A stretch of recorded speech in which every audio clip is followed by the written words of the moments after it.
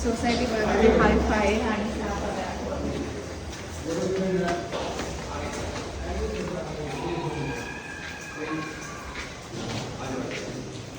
एक मिनिट मला जागा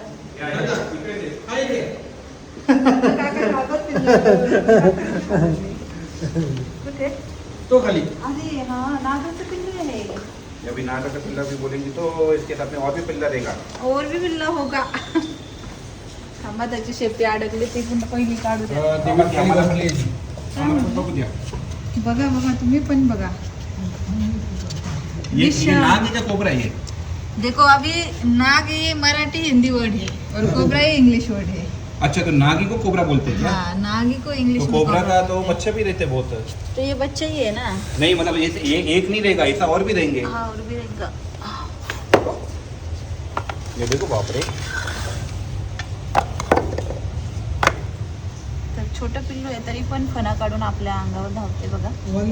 विषारी सापांची पिल्ले कसं आता तुमची सोसायटी आहे, लहान मुलं खेळतात कुठेही हात वगैरे घालतात, तर तुम्ही ना जेवढी काळजी होईल शक्यतो रात्रीच्या मुलांना पाठवत नका जाऊ खेळायला।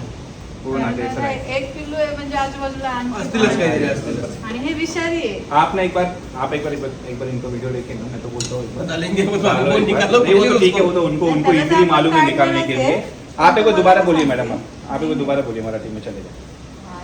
मतलब आप बच्चों को रात को खेलने के लिए मत भेजना। बारिश भी चालू है और बहुत सारे सांप निकलते हैं। ये तो बच्चा है मतलब और भी बच्चे रहेंगे इसके साथ वाले, क्योंकि ये जो कोबरा है वो अंडे देता है।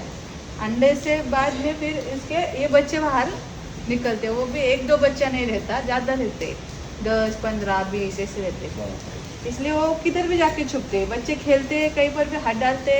अगर बच्चा बेटा होगा, बड़ा सांप तो समझदार होता है समझो थोड़ा, लेकिन ये छोटे बच्चे एग्रेसिव रहते हैं, काट लेते हैं तुरंत ऐसे। ठीक है अभी देखो वो कितना अटैक कर रहा था ना इतना छोटा होके। बड़ा सांप तो पहले भागने की कोशिश करेगा। ये जब दिखा था तब यहाँ यहीं पे था या कहीं और से आया? दादा पुढे बघितलं होतं आधी तुम्ही साप? हा हे बघा कसा एवढं हो दादा एकदम सांभाळून। किती जागा लागते त्याला लपायला बघा, किती छोट्या जागेत लपलाय। चल नीट काढते आता हे। जन्मतच विषारी असतात आणि जसे जन्म घेतात अंड्यामधून बाहेर येतात तसे ते विषारी असतात।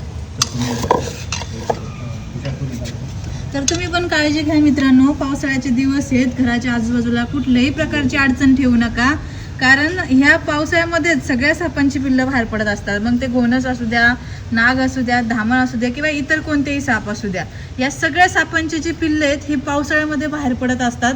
त्यामुळे तुम्ही पण काळजी घ्या। मुलांचे शूज वगैरे असे बाहेर अस्ताव्यस्त ठेवू नका। शूजचे चप्पल स्टँड वगैरे जे असतं ते थोडंसं वरती पाहिजे आणि अजिबात अडगळ ठेवू नका। तुमचा जिना असेल, घराच्या आजूबाजूचा परिसर असेल किंवा अडगळीचे काही लाकडी वस्तू पाडलेल्या असतील, कचरा वगैरे असं सगळं काढून टाका। तुम्ही साफसफाई ठेवली तर साप येणार नाही। तुम्ही म्हणता साप येऊ नये म्हणून काय करायचं, तर साप येऊ नये म्हणून स्वच्छता ठेवायची। जेवढी स्वच्छता बाळगता येईल तेवढी स्वच्छता असेल तर साप येणार, अडचण दिसली नाही तर साप आहे असं निघून पण जाणार। आता याला हात नाही लावायचा, कारण काय हे पिल्लू आहे ना सेकंदात हात पकडेल, त्यामुळे ह्या स्टिकच्या साह्याने असं घेतलंय त्याला मी आणि ह्या बॅगेत टाकणार आहे।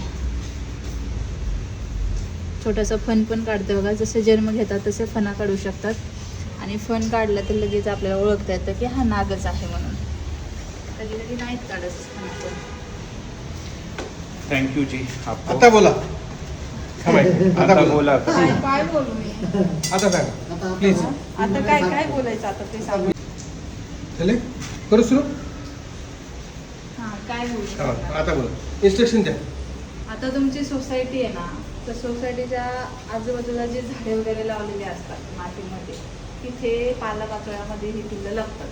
कारण जो माती आपण झाडांना टाकलेली असते, साप मातीच्या ठिकाणी अंडी देत असतो आणि मध्ये काय होतं, जसा पावसाळा चालू होतो मग एक त्या अंड्यांमधून पिल्लं बाहेर यायला सुरुवात होते। मग ती किती असतील, 10 असतील, 15 असतील, 20 असतील, 25 असतील। त्यामुळे लहान मुलांना रात्रीचं बाहेर खेळायला पाठवू नका आणि दिवसासुद्धा काळजी आहे। असं नाही की रात्रीच, दिवसा सुद्धा काळजी घ्यायची. अडचणीत आडवेळी झाडाझुडपांमध्ये इकडे तिकडे हात घालायचा नाही. लहान मुलांना कळत नाही, पालकांनीच त्याची काळजी घ्यायची, मोठ्यांनी लहान मुलांची. आणि गाडीमध्ये वगैरे साप घुसतात. पावसाळ्यामध्ये गाडीला गरमी असते, त्याच्यामुळे साप काय करतात, 4 व्हीलरमध्ये 2 व्हीलरमध्ये घुसतात. तर ती काळजी घ्यायची. अडचण ठेवायची नाही सोसायटीत. कुठे असं असतात तर काही वस्तू नाही लागत, जसे की टाईल्स असतात बांधकामाच्या उरलेल्या किंवा काही वस्तू आपण सोसायटीत कुठेतरी फेकतो, किंवा जो साठलेला कचरा आहे तो वेळोवेळी कचरा उचलायला सांगायचा. कितीतरी जास्त दिवस एका ठिकाणी कचरा नाही पाहिजे, जेणेकरून तिथे येऊन साप लपतो. जिथे बेडूक उंदीर तिथे साप. थँक्यू. थँक्यू सो मच ताई.